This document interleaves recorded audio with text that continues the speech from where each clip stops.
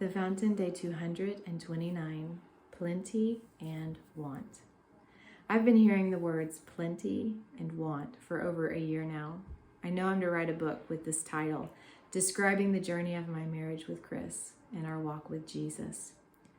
As I mulled over devotional topics, I couldn't get the phrase out of my mind, and I knew I was to share a portion of this today. I heard, in between plenty and want, I found Jesus. This is very true. In this really odd and undefined season of stretching and change, I have found the one my heart yearns for. I love Jesus. I really, really love him. I yearn for him day and night. I wake up looking forward to meeting with him. I speak to him all day long. He's my best friend. As we've been walking out day-to-day life and trusting him at deeper and deeper levels, I have found the most joyous relationship with him.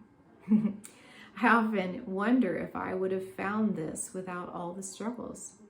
I can't answer that for certain, but I do know that trials seem to always lead me to a greater portion of his presence. Just like he said in scripture, and we read the other day, the testing of our faith ultimately leads to being complete. I've been in many situations that have appeared as want, yet I have found plenty. Plenty of his spirit, plenty of his forgiveness, plenty of his provision. What I've discovered is that want doesn't really exist when you live a life full of his presence, because he turns want into plenty.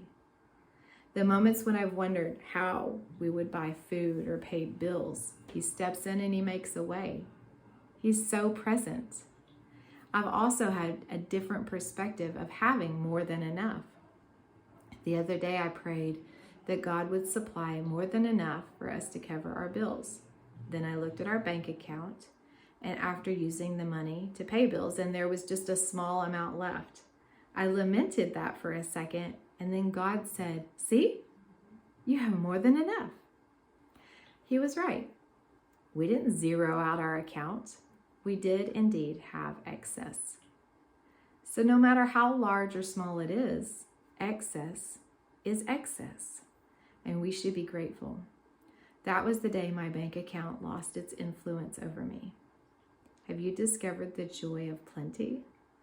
I hope today's devotional gives you a renewed perspective of life and sets you on the path of true gratitude and contentment. I'll see you there. Scripture says, "Rejoice in the Lord always." I will say it again, rejoice. Let your gentleness be evident to all. The Lord is near. Do not be anxious about anything, but in everything, by prayer and petition, with thanksgiving, present your requests to God, and the peace of God, which transcends all understanding, will guard your hearts and minds in Jesus Christ. Philippians 4, verses 4 through 5.